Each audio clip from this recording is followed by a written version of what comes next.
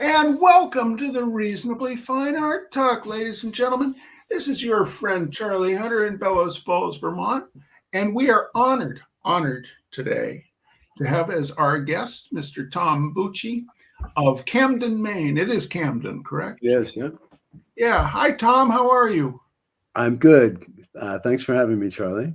Oh, it's an honor. I think the kind of sense of place that you manage to bring to your watercolor practice is extraordinary. And the slideshow today, there are a couple of pieces in it that just hit my heart beautifully. So I just love to get into it with you. So tell us a little about what your journey has been, how you've come to be who you are and where you are. I'm a small town boy from New Jersey, and I've lived most of my adult life in big cities. And now I'm finally back in a small town again. And one thing I've realized about that is it's not that different. When you live in a big city, you're usually in a small town in that city, and a sense of community, and or use the word sense of place. I think that is what motivates me to want to do the kind of subject matter that I choose, because one of my criteria for moving from Washington, D.C. to here was that I wanted to be part of a community. I didn't want to live on a rural road, or I wanted to be able to walk out my door, see neighbors, walk to the coffee shop. That's a huge part of my day, and always has been. And I feel like I kind of document that in my paintings. And yeah, your background was as a graphic designer and then an architect? Well, I went to school for painting in 1977, and there really was very few opportunities for fine art painters back then. So I ended up discovering that I could do graphic design, and I got very excited about that. I think it's an amazing background for any kind of creative endeavor. And I don't know if you're familiar with the people like Theo van Doesburg, or the Russian the Russian designers. All of that really motivated me. But then I got to New York City, and I got a job in a bullpen in a big ad agency, just gluing down type all day long. And yeah, it wasn't for me. And it was the exact opposite of anything that I had learned in school. It's grunt work. And I couldn't see a way out of that. And then I followed, the other thing that had always fascinated me is architecture.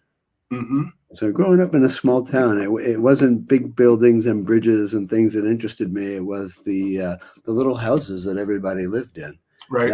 That's what meant a lot to me, and the idea that houses were put together and became a community, and that people in those communities got to know each other. And we didn't have fences in our neighborhood then, so all of us kids roam the neighborhood. It's pretty much anybody's story who's grown up in small town America. When I did, we left in the morning, came home at night. Our parents had no idea what we did.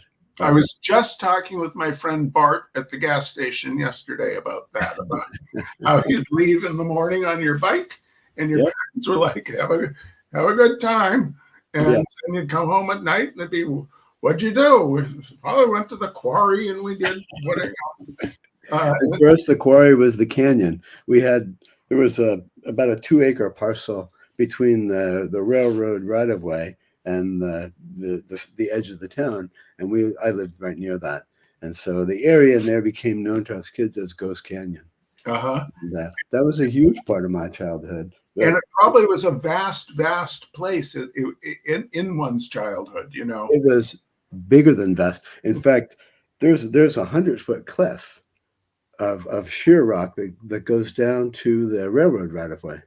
And, one of the big dares for all the kids was to be brave enough to walk up along that cliff edge, scare the tar out of anybody. But at some point, everybody had to do that kind of rite of passage. And about 10 years ago, my aunt passed away, and all of us, she still lived in the neighborhood, and all of my siblings and cousins were there. And we had a little, memorial dinner, and then I suggested, let's walk up to Ghost Canyon to everybody, and half of them couldn't even remember it, and the other half, yeah, absolutely, let's do it. So we're in our suits. We all walked up there, up the hill, went into the canyon, and I thought, well, I want to go on that upper trail. No big deal for me now. And I went up there and looked at it, and it was just sort of like a weedy incline, down, about 15 feet down. I think on a good day you might sprain an ankle, but that was a death-defying feat for us as kids. Right.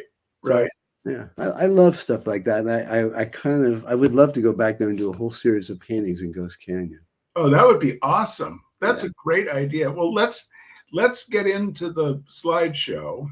And anybody watching, I am monitoring comments that I can see. I, of course, never know if Faceplant is playing nicely with YouTube. And so hopefully I'll see comments that are being put up. And if I do, I will put them up on the screen and we'll ask Tom. So let us get the slideshow started. We start out with a panoramic view of the entire slideshow, and then we'll move quickly into the very first slide. Okay. I worked as an architect, as we talked about, and I had a similar experience to the graphic design where the school and the actual practice are miles apart. And so I looked for other things to do. And this style of drawing, I started doing these in the early 90s, is something that students learned in the École des Beaux-Arts when they were studying architecture in the 19th century. They had to learn how to draw. They'd take a building and do an analysis kind of study of it. And so I did some of those in Washington, D.C. for the neighborhood that I lived in. The first one is the one in the middle, and I did that just for fun. And everybody that I showed it to said I would love one of those. So I started printing them in this kind of sepia tone, which I realize is something you're pretty fond of. Your color palette, kind of, I see that. Yeah. But I just wanted them to have an archaic look. And in architecture, we use blueprints, or there was also something called the brown line, and it looked like that. It's similar to a blueprint, but rarely used. I think all that is gone the way of computers now. But so there was a market in my neighborhood, a market that's still running, and it's been running since 1873, a vegetable and fruit market. But around the outside of it, they always sold housewares. And then by the 70s or 80s, some artists started showing up there.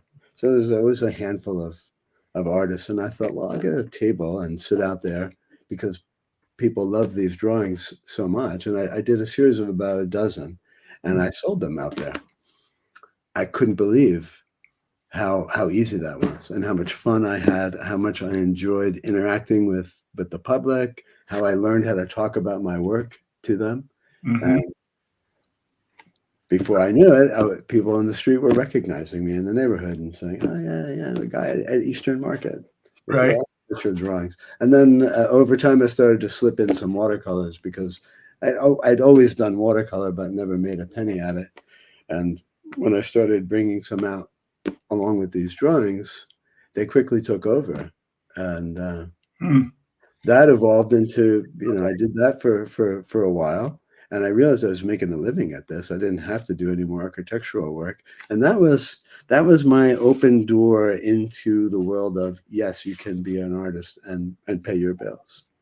And I think that's the hitch for so many people who would love to paint is, how do you cross that threshold where you say, it's not a hobby anymore. I'm actually making enough money that I don't have to wait tables or pump gas. Right. It's fascinating to see in these three images that you are utilizing both your graphic design training, because these are very carefully designed, even though they're like notebook pages from the Renaissance, they're very carefully and intelligently designed, and your architecture. And yeah, it is interesting how many of us in the plein air circuit have our previous training kind of naturally opened doors to understanding that we could make a living as working artists as opposed to being reliant upon grants and the sugar teat of institutions, you know. So I feel so lucky that that happened, that I got in a way, you know, a back door. As you said, it was fields that I was comfortable with. I would never had the nerve to sit out there in that market with my paintings. mm-hmm. And as it turned out, you know, there were enough people who liked them. Right, right. I would have never believed that. You never would have made that first, you wouldn't have leapt to selling the paintings, but you knew you were a good designer and you knew you were a good draftsman from the architecture stuff. So that was logical. And then you got appreciation for what you were doing, and that allowed you to start showing your paintings. Yeah, and it was every weekend. I lived just blocks away, and I put my stuff on a cart and pulled it over there, and it was wonderful. That's terrific. So now I asked you to put together a slideshow of the number of images, and I've put the slideshow up in the order that you gave me. Mm-hmm. So let's talk about this image, about how you. Well, it again, it has the love of the vernacular, and Port Clyde is a very famous fishing and lobster village up in Maine. But talk to us about this. And well, one of the things I love about Maine is the atmospheric. The mornings, probably half of the mornings from now until the spring will be foggy. It was foggy this morning when I got up, and now it's a clear blue sky. Mm-hmm. And so I love that morning fog, and it turns everything into a watercolor for me. And so this is a place I'm very, very familiar with, this lobster co-op. Mm-hmm. Many of those buildings in the background, those little shacks, are still used for storing the lobstermen's gear, but some of them are, you know, bought up by people who have nothing to do with fishing. Oh, really? Is that going on up there, that the co-op is getting co-opted? Well put. I suppose so. I just by some of the people I've seen, you know, having parties there, that, you know, they come in their yacht into Port Clyde. And I don't know. Maybe the lobstermen rent them out to them. It could be. Let's hope. I do hope. But still, there's definitely activity of, you know, the lobstering trade, and stuff like this is catnip to me because architecturally, I think they're extraordinarily beautiful. Mm-hmm. All these little buildings that are so nicely crafted, mostly by the people who work the water. Right. They're jack of all trades, all of them. Right. They fix their own boats while they're out in the water, and they build their own storage units. And so, to me, this is just an extraordinary place in that it's completely authentic. Yeah, and that seems to be one of the things that Americans are really, one of the things that people are mourning, is the lack of authenticity of real places. And what your work does is shine a beautiful spotlight on these humble places without overt sentimentality. I think I like your clear-eyed vision of what could potentially be almost mawkish, you know. Thank you. That's what I try to show people what I love about that place. Right. Well, I think that absolutely comes through. I think your work is extraordinary that way. One thing I wanted to ask a little about is the technical composition of this. I find very interesting that your darkest darks, you know, are in the immediate foreground. Mm-hmm. You've got the raking light on the lower left, mm-hmm.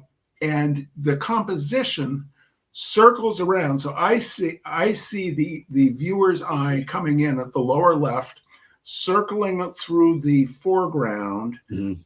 climbing up the right-hand side past the buoys over to the roof line, and then you connect it, but with a very, very light value.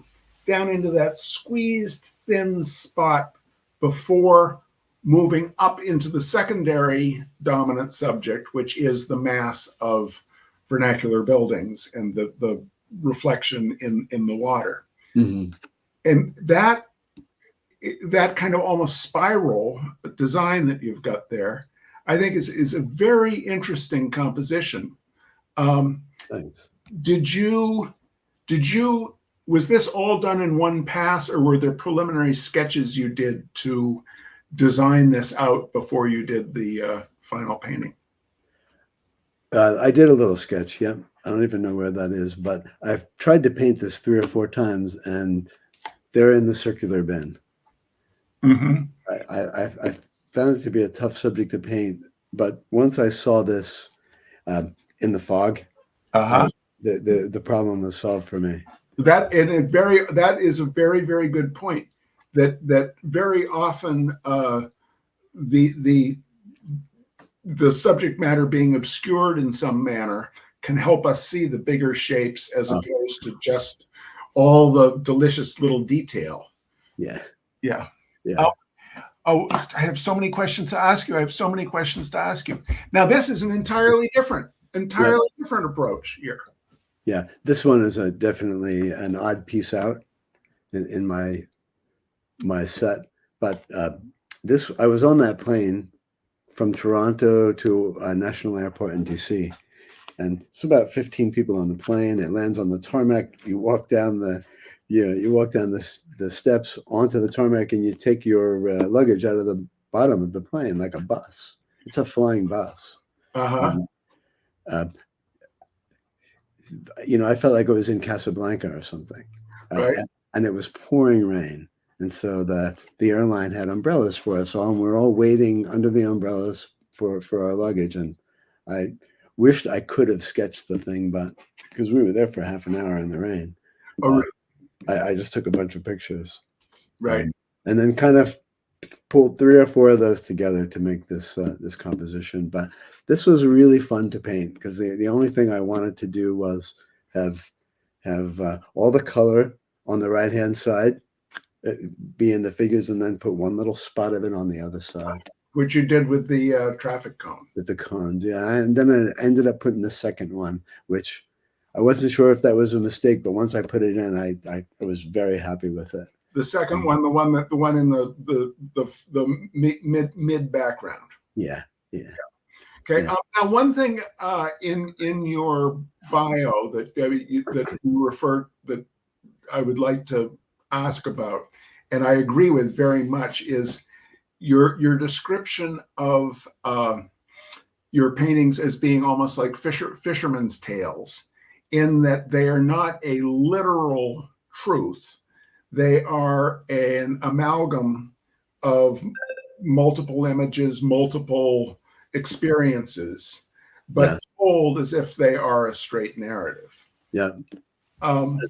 Yeah. In this painting, this is a composite of 4 or 5 of the pictures I took. Right. I guess it's kind of, you'd probably never get what you want out of a single picture anyway. But even if you did, it would be kind of boring to just copy it. Right. Exactly. Well, it's what novel writing is. It's what fiction writing. It's anything is a distillation. It's not a literal transcript. Yes. Okay. So now we've returned to Maine. Are we back in Maine? Yeah. Take us through this one. And again, this to me is like these. What appeals to me about these is this kind of cottage industry, the small scale industry. This is a family-owned lobster pound, right just outside of Acadia National Park. It's just beautiful to me, these kinds of things. And again, I've moved things around a bit and changed them. The small little gear storage unit out there on the pier at the right is a good, probably 50%, 100% further out of the frame. And I wanted it to be a 1, 2, 3 composition. Let me ask you a question, Charlie. What do you think about this idea that a painting has to have a focal point?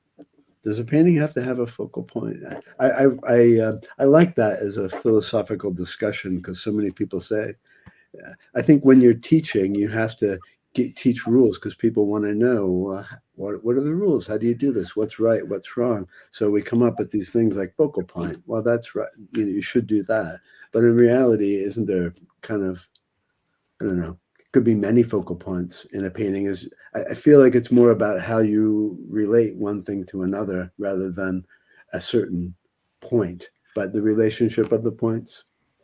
Well, to what I would say is that it is important to teach, just as one would teach single point and 3-point perspective, or about values, about how to achieve values in paintings, the importance of values, the importance of composition.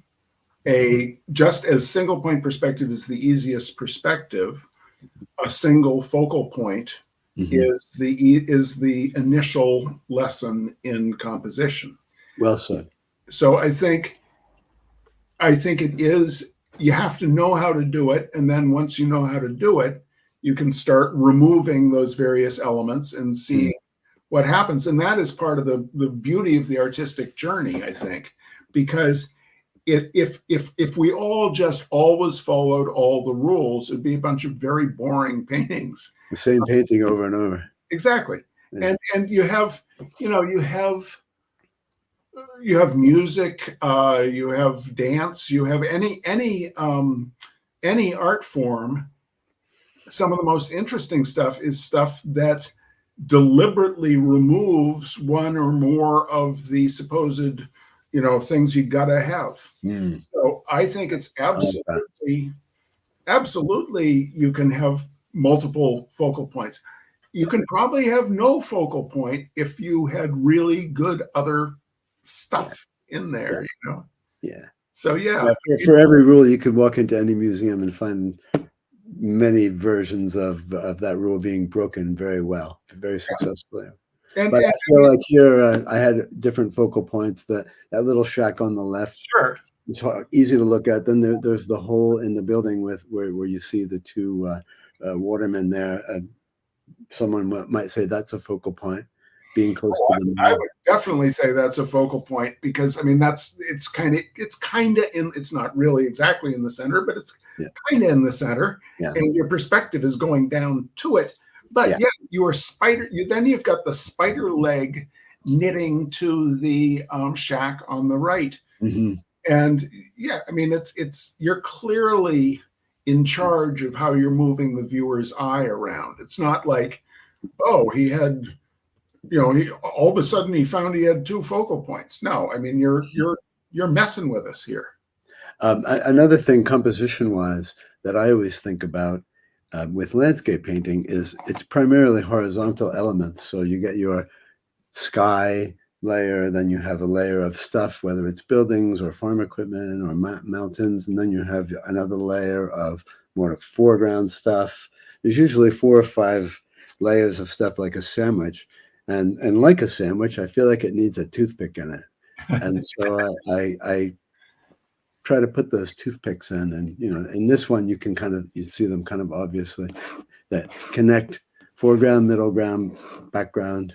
Yep. And the metaphor I use is stitching. When I teach, I always talk about you need to stitch the land and the sky together, or in this case, the water, the land, and the sky.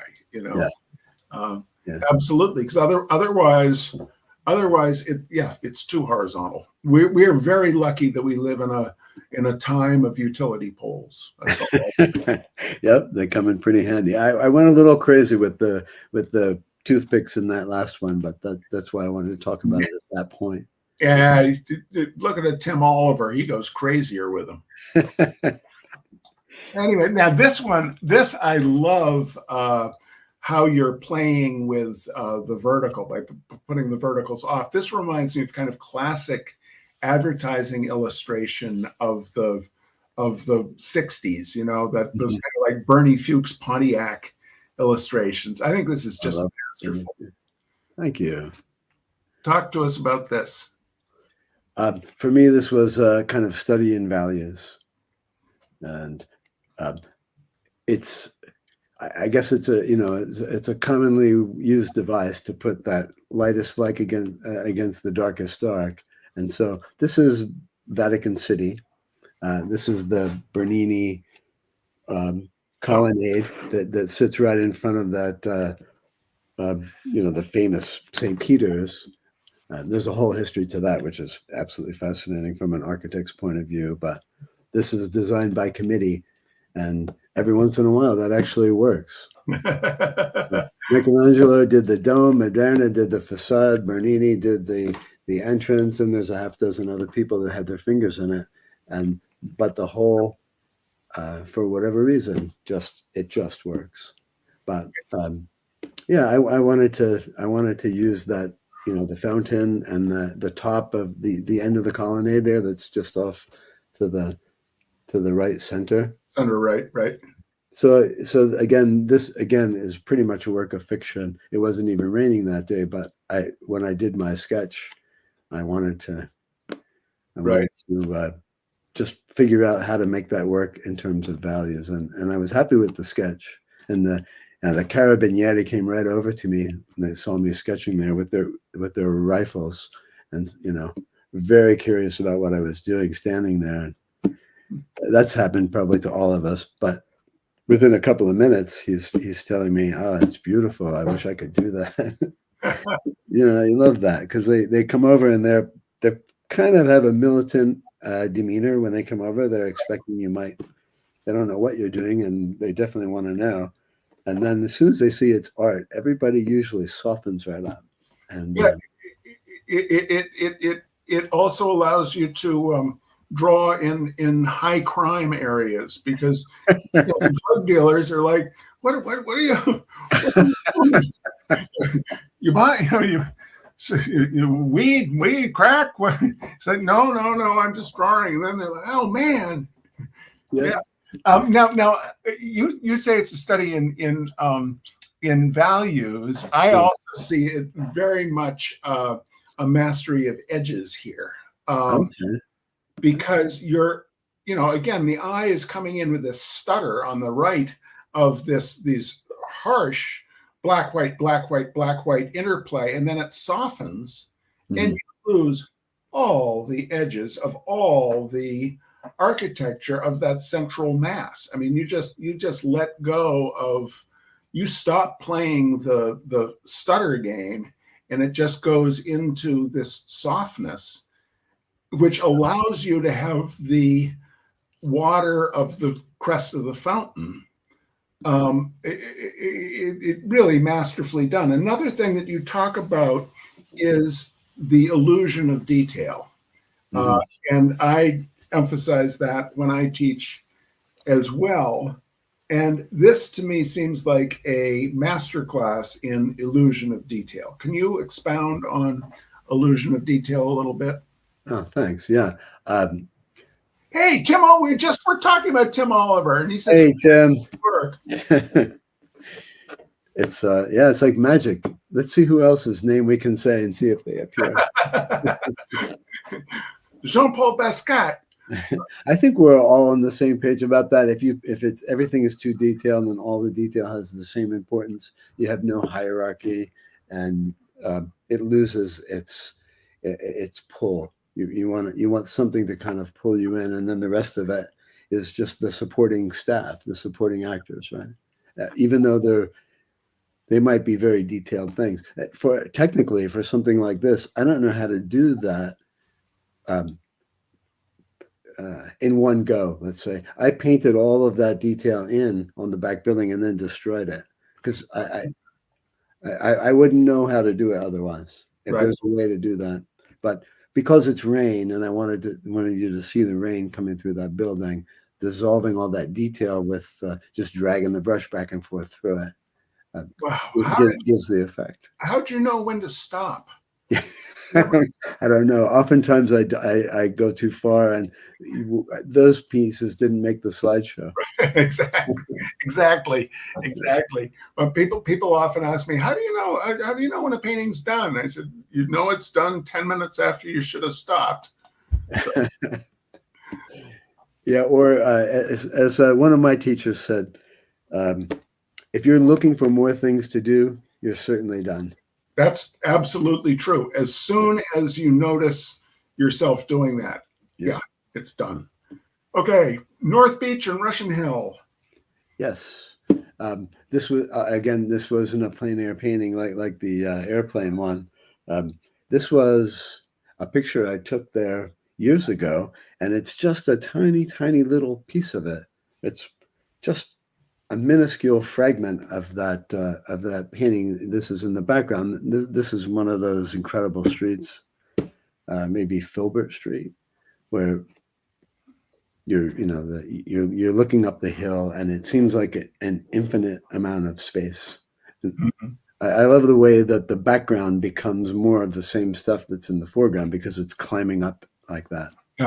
Okay. And only in San Francisco have I seen anything like that. And the thing that I love about this painting is the central figure and how you let the value, the central figure is, again, your stitching element between. Here's my toothpick. Yeah.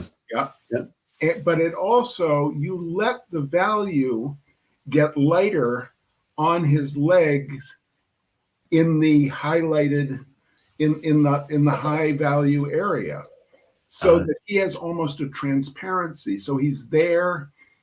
It gives a sense of motion without the tropes of motion. Well, thanks. See what I'm saying on that? Yeah. Well, and it's difficult, isn't it, with figures, because if you render them. Tom seems to be turning into a circle. Tom, I am going to remove you, and then you sign on again. He'll show up again, ladies and gentlemen. But let's, as we're waiting for him to show up again, look at that figure. It's distorted in proportion, and I think it works so well because of that. What can we talk about, Tom, while we're waiting for him to show up again? Let's see if he's, no, that's not working. And we'll add that one to, nope, and that one's not working. I'm going to move to the next slide and hope that he shows up again.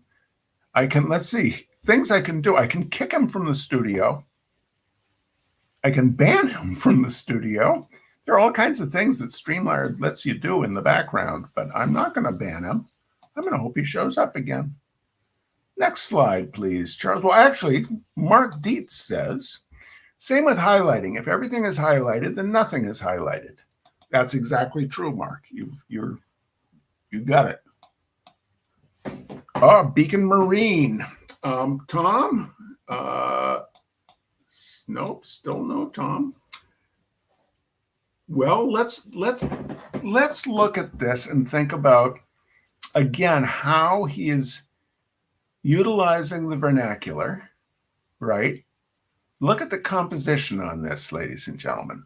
Look at how the eye comes in on the deck of the dock and then uses the fire escape or the flight of stairs to the second floor to stitch the world together. Then he's got the dance of the dark rectangles across the upper center. Then he entirely lets go of the roof on the upper left and just lets that turn to atmosphere. And then the pink sky with the carefully drawn house and the utility line, another one of what he would call his toothpicks. I am going to kick you from the studio, Tom, and then you sign in again. Kick guest, he'll be removed from the studio.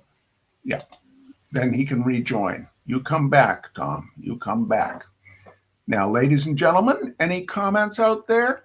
Whoever is on the same platform as Inga, Rob, Tim, and Mark, I can see your comments. Next slide. Oh, this one, a cat crosses Bayview Street. And it has the cat, ladies and gentlemen. The cat is there in the absolute lower center. But this to me epitomizes the love that Tom brings to his subject matter. It's not mawkish, it's not over detailed, but it gives us a sense of the light that day and a sense of place that I think is remarkable. I'm going to try adding him to the stage again, but I think I'm going to get the circle. Yep. I'm going to remove him. Maybe when we get him back, we can ask him about this. If we don't get him back, I'll just do a little more pointing out things that I really love about this. Above the cat, the fence that is just the color of the paper. I don't know if he uses Frisket or not. Let's us remember to ask him if he uses Frisket if we get him back. Again, look at what he does with the values of the tree branches. He is letting the value be so light, but the detail is still drawn. I think that's really interesting. Now, Tamara says she likes how the steeple is understated, but so indicative of place. Yes, directly above the cat in the upper center. That's interesting that he aligns the cat and the steeple. Another thing to remember to ask him, ladies and gentlemen. Another thing I would point out to people wanting to improve their practice, note that he is not at all afraid to let the tree on the right-hand side completely go out of the picture frame at the top. And the tree on the left-hand side does that as well. Trees are very tall, and people really have a tendency to be scared of having things go off the picture plane.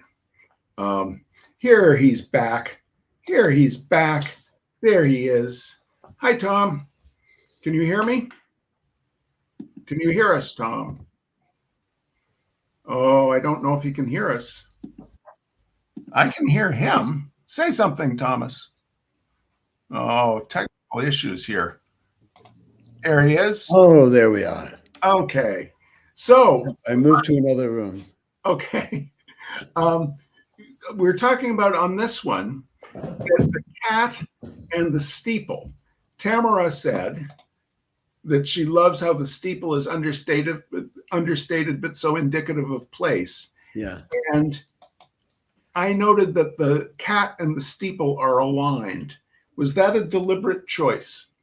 It wasn't really. In fact, I wonder if she's talking about the steeple on the left. That's silhouetted. It could be either one. They're both. Oh, the white steeple. Tamara, which one do you mean? Do you mean the white steeple on the left-hand side or the dark steeple in the right upper center? So we'll see what she says. But yeah, to answer your question, no, I hadn't really thought about that. I wasn't quite happy with this painting, and what we had just talked about earlier, you're done when you're looking for something to do, but it needed something, and the cat just walked right past me, and I thought, thank you. That's what I needed. So Tamara, it gives it a human touch. There's no large figure. All the cars and buildings, everything are in the distance. Right. By the way, this view is one of my favorite views. I've probably painted it a dozen times, but you can only see it in the winter.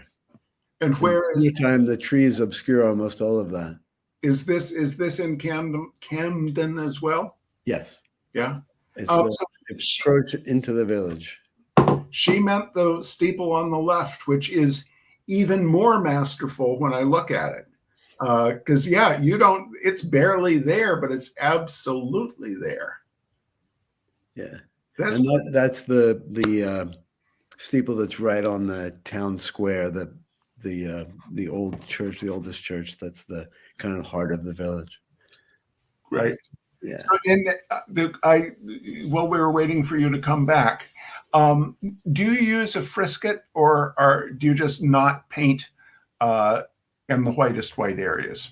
Yeah, no, I never use. I can't be bothered with it. I feel like it's too gimmicky is the wrong word. I just don't like it. I just like to use the brush and create everything with the brush. And if I miss something, a little bit of white, opaque white, I'm fine with that. Okay. And in this case, there's no opaque white. This is all the white of the paper.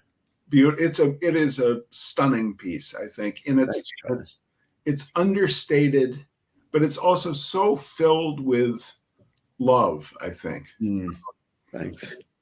Well, it is how I feel about the village life and where I want it to be. I want it to be so that I can walk down this road every morning and be in the village in 10 minutes. Right, right. Yeah. And Tim Oliver says you need more utility poles. And that's funny, Tom, because I mean, I live in a town of 3,200 people, and I love it. I grew up in the country, and to me, this is a wonderful place to spend my grown-up years. To just going into town, there is something that you really do end up kind of bonding to that place. I like seeing the same people all the time. And like any little village, there's usually some characters that you look forward to spotting. And there's your friends and neighbors and the people you develop more than an acquaintanceship with, that you get to know and you ask about their kids and all that. That's so important to me. I feel like I would be bereft without that contact. Right, right. And yet it's not too overwhelming. It's enough people enough of the time, but not too many people all of the time. Yeah, and if you don't want it, I can stay here in my yard and do some gardening. Right. So tell us about this one. This was in Parsboro. It's part of a plein air event. Okay. From this year, and biggest tides in the world. We have big tides here, about 10 to 12 feet is the 6-hour tidal change. Here it's over 50 feet. Is this Bay of Fundy? In Bay of Fundy, yeah. Okay. And so this place transforms over a period of a couple of hours dramatically, and it's spectacular. This is a lower, not the all the way out, but almost all the way out tide, and what was a big bay turns into just a couple of little rivers. And I just loved it. But again, this is the club sandwich for me. It's a classic mountains background layer with the buildings and the pier, and then the foreground, and then the foreground pier, and then a couple of toothpicks, your toothpicks, a lift and a light pole and the cable from the winch. Right, but you're in terms of abstract mark making, the way you have kind of almost like musical notes, the light of the roofs, the light on the roofs of the buildings. Mm-hmm. That's like a series of notes on a musical staff. Yeah, that's a nice way to put it. Well, it gives a beautiful rhythm. And then the stitch of your darks of the mid-distance pier and the near-distance posts, and then the light pole and the winch. But then look at as a viewer, I look at what you're doing with values again. I mean, you're a very sneaky values painter, because you've got these almost completely abstract watercolor. They're all about watercolor brushwork on the lower left. But in the value of them, you've pulled the value way back. So there's comparatively little chroma in those, which both gives the sense of a lot of light, but also, I think, allows for both realism and almost near abstraction to coexist beautifully in a nominally representational work. Oh, well, thank you. I was just reading a 1977 interview with Andrew Wyeth, and that's what he said was his life's goal, was to bring his vision and his reality, his sense of reality, his depiction of reality into a completely, almost nearly abstract framework. And he said he felt that he never really accomplished that, but at least at that point he hadn't yet, but that was his goal. Well, it's a worthwhile goal, and it's no easy feat. So yeah. Union Station, Washington, D.C. Yep, I used to live not too far from there. Again, somewhat of an outlier for me. It's architectural, but I generally don't focus on these big civic buildings. But I've always loved this one. It was designed by Daniel Burnham, who's for people who know architectural history, a towering figure. Right. It was Daniel Burnham who said, "Make no small plans." I was just going to quote that. They do not have the power to stir men's But now also edges, I'm going to go back to you being a sneaky edge painter, because you've got your darkest dark being the huge ceremonial fountain, but that echoes with the crest of the arches, which you keep those bone sharp. And then you let go of so many of the other edges. You let it be so much brushier. You're you're a tricky man. You're a tricky man. Aren't we all? Aren't we all? Yeah. That's what we do. We're kind of. Oh yeah. We're tricksters. I'm sorry, I stepped on you. We're tricksters. Yeah. We want to make people see things that aren't there. Right. We're storytellers, and that is the way you tell the story is so subtly intelligent. It really, I mean, and the way the brush stroke, the way you do the foreground, you get this sense of vastness with the way that you directed the brush strokes on this, and that doesn't come quickly. That doesn't come without probably having done a lot of brush strokes that went the wrong direction. Yeah, that's true. As another teacher of mine once said, that the careful detail is the easy part. The casual thing you throw in, that's the hard part. Right. Now, one of the things we were talking about before we went live was the importance of drawing and having a sketchbook. You normally carry a sketchbook with you? Yeah, I keep it by the door. It hangs on a hook, and almost every time goes with me, because if I get stuck in a line at the supermarket or whatever, I usually pull it out. Right. Now, do you have it with you by any chance, or is it in the other room?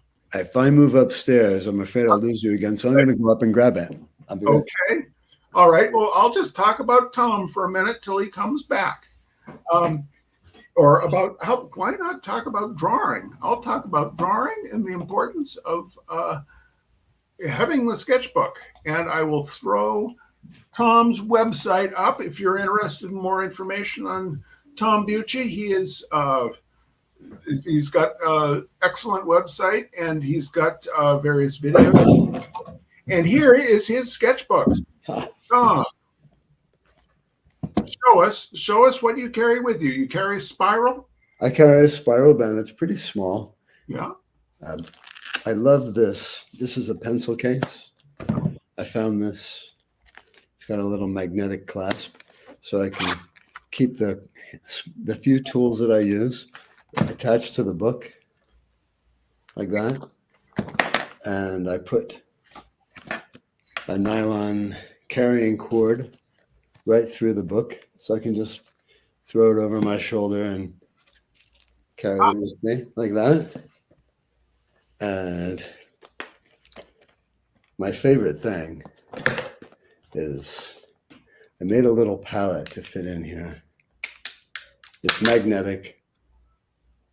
I think you can see it. Yeah, we A can see. little color palette so I can sketch. I can. There it is. Yeah.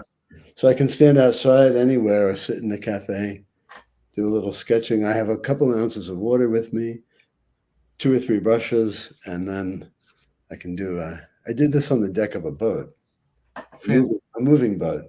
So just to be able to put color down really quickly, can't beat it. To Now, have something right here like that. I would just made this out of a piece of plastic, and these are coffee stirrers that I glued onto it. And I enameled the back of it, so it's a piece of clear plastic, and just squeeze some color out of a tube. It just works beautifully. fantastic. To keep it from the first time I did this, I realized I have to let it completely dry before I can close the book. That's just a postcard I stuck in there. But I put a little piece of acetate in there just so that when I close this, it doesn't weld itself to the back of the book. So I don't have to let it dry anymore. I just close it up and it's done. But Fantastic. I love to just, well, I think there's nothing I enjoy more than just sketching. There's a sketch of that, the cat crossing Bayview. Right. Or I was in New York a little while ago, and a sketch in Chinatown. Sometimes I just sketch people in the cafes. Mm-hmm. They're usually willing victims. Or another one of the lobster pounds I haven't gotten around to painting yet. And this is from our local library. It's got an amphitheater with these 2 brick pavilions designed by Frederick Law Olmsted. Oh, really? Now, wait. What was the medium for that? The library drawing. Is that a pencil? Yeah, pencil and paper. These are all pencil. Okay. And something like that. I just sit on the rocks up the coast a little bit. This one's in a place called Owl's Head. So I'll probably figure out a way to make that into a painting at some point. Right. So do you just view these as kind of as little forays into compositions that you may work into studio pieces later? Yeah. I try to turn my brain off when I'm working on the book and not think too much about it. I don't want to get caught up thinking about all the tenets and the concepts and the notions of what makes a good painting. I just kind of want to put stuff down and let my mind wander like a child. Mm-hmm. And that's how I treat this book. And how long would be a typical piece when you're like? I can do the bare bones of the sketch in just minutes, and then like this one, yeah. I sat on the wharf across from the village, and I probably spent half an hour on that, coloring, filling in values, and working it up a little bit more. Or this one I did in Rockport nearby. But I did turn into a painting. But I think there's a part of your subconscious that you can't easily access when you're thinking about what's right and what's wrong and how should I go about this. And if I just shut that off, I just look at something and take it in and just let it happen. I never start thinking first. I just do these. And that's, for me, that's the purpose of this little laboratory. Oh, those are beauties. Those are beauties. To just do them, and then I can. It's almost like I'm the student when I'm in my sketchbook, and then I'm the teacher when I go to my drawing board to paint it, because I look at that and criticize it.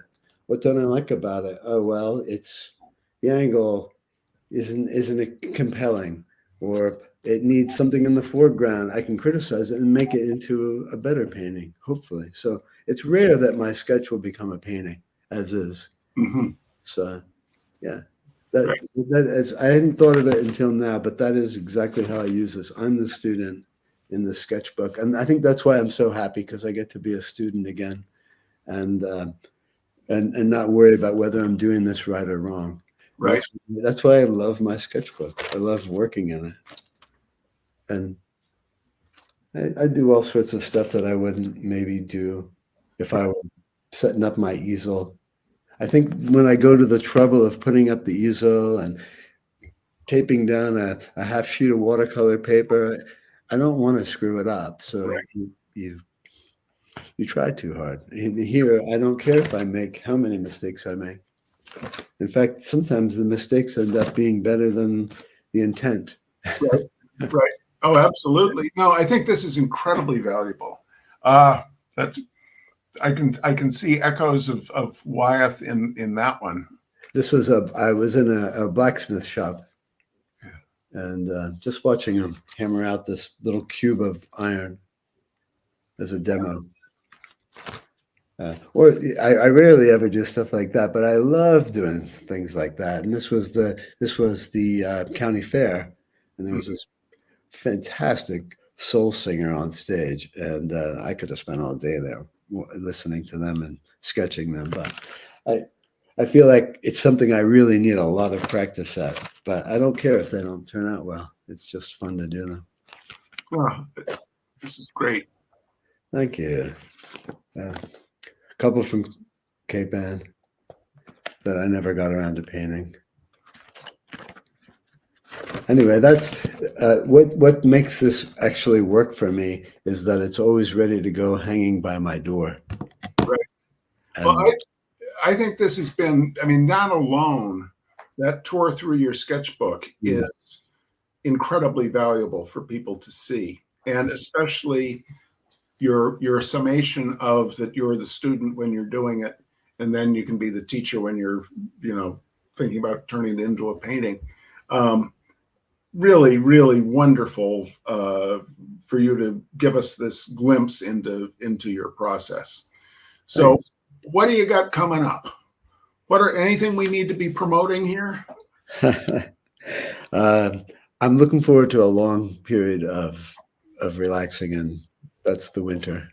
Excellent. And Excellent. so the winter, I spend more time in the studio, but I think I mentioned to you before, I love to go outside in the winter when I can stand it and paint, or at least work in my sketchbook, because so much of what's hidden becomes visible when the leaves are down.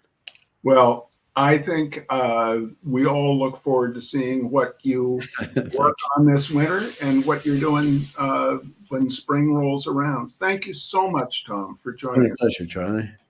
All right. And thank all of you out there for watching. And it'll be a couple of weeks, but we'll be back with some more reasonably fine art talk pretty soon. You take care, everybody, and pray for America. Bye-bye.